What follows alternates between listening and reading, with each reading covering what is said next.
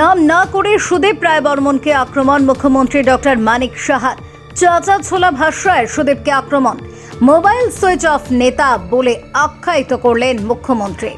নাম না করে মোবাইল ফোনের রাজনীতি, সুদীপকে বললেন মুখ্যমন্ত্রী ডক্টর মানিক সাহা।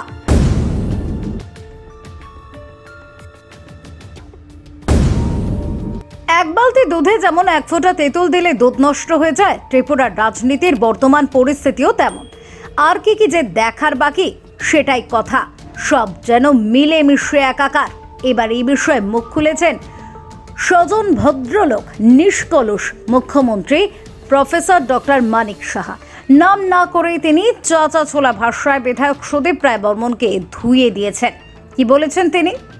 সিপিএমের ৩৫ বছরের রাজনীতি আমরা দেখেছি, কংগ্রেসের কথা তো বলে লাভ নেই। হতে হতে ৩ জন হয়েছে, তাও আবার একসঙ্গে থাকে না। একজন তো বসে বসে শুধু ফোনেই রাজনীতি করে। দরকারের সময় নাকি আবার মোবাইল সুইচ অফ নেতার। নাম না করে সুদীপ রায় বর্মনকে বলেন যারা ওনার সঙ্গে রয়েছে তাদের অবস্থা দেখুন। তাও দেখি আবার ওনার সঙ্গে নাকি কিছু নেতারা ঘোরাঘুরি করছেন। সাধু সাবধান, বললেন মুখ্যমন্ত্রী। মুখ্যমন্ত্রীর এই বক্তব্য রীতিমতো রাজ্য রাজনীতিকে উত্তপ্ত করে তুলেছে।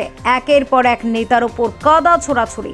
পাবলিক না বুঝেই নাচানাচি করতে শুরু করে দিচ্ছে রাজ্যে। এখন পাবলিককে খেপিয়ে দেওয়ার রাজনীতি করছে বিরোধী থেকে শাসক শিবির। কাউকে আপনি দোষারোপ করতে পারবেন না, কারণ রাজ্য রাজনীতিতে বারবার এই ধরনের রাজনীতি হচ্ছে। যাক, যেটাই হোক, বিষয় এখন একটাই, বিধায়ক সুদীপ রায় বর্মনের রাজনীতিতে ভাটা পড়তে পারে কি বলছেন মুখ্যমন্ত্রী ডক্টর মানিক সাহা, শুনুন। আমরা এখানে আইএস করার জন্য অন্যান্য পার্টির মতো কমিউনিস্টদের ৩৫ বছরের রাজত্ব আমরা দেখেছি, আর কংগ্রেসের কথা বলে তো লাভই নেই। এখন হতে হতে তিনজনের মতো একসাথে থাকে না। একজন তো এমন অঙ্গভঙ্গি করে আর বসে বসে 50 খানে ফোন করে, ফোনে হচ্ছে তার আসল, তার রাজনীতি। এবং যখন সমস্যা হয় সুইচ অফ নেতা বলা হয়, সুইচ অফ নেতা, অদ্ভুত।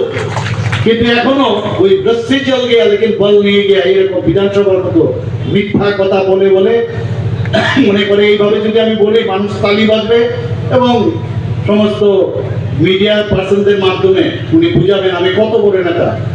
আস্তে আস্তে করে ক্ষয়িষ্ণু হয়ে পড়েছেন। নিজের যে আপনার অ্যাসেম্বলি কনস্টিটিউয়েন্সি সেটাকে বাঁচাবার জন্য এই কমিউনিস্টদের সাথে হাত মিলিয়েছেন। আসলে আর কিচ্ছু না। যারা ওনার সাথে বা ওনাদের ফ্যামিলি, ওনাদের এরিয়ার যে বাড়ির থেকে উনি আছেন, যারা এখন পর্যন্ত এই ওনাদের সাথে ছিল, তাদের দুরবস্থা সবাই জানে। আমি এখনো দেখি নতুন নতুন লোক ওনাদের সাথে জুড়ছেন, আর ভাবি যে তোদের কি অবস্থা হবে।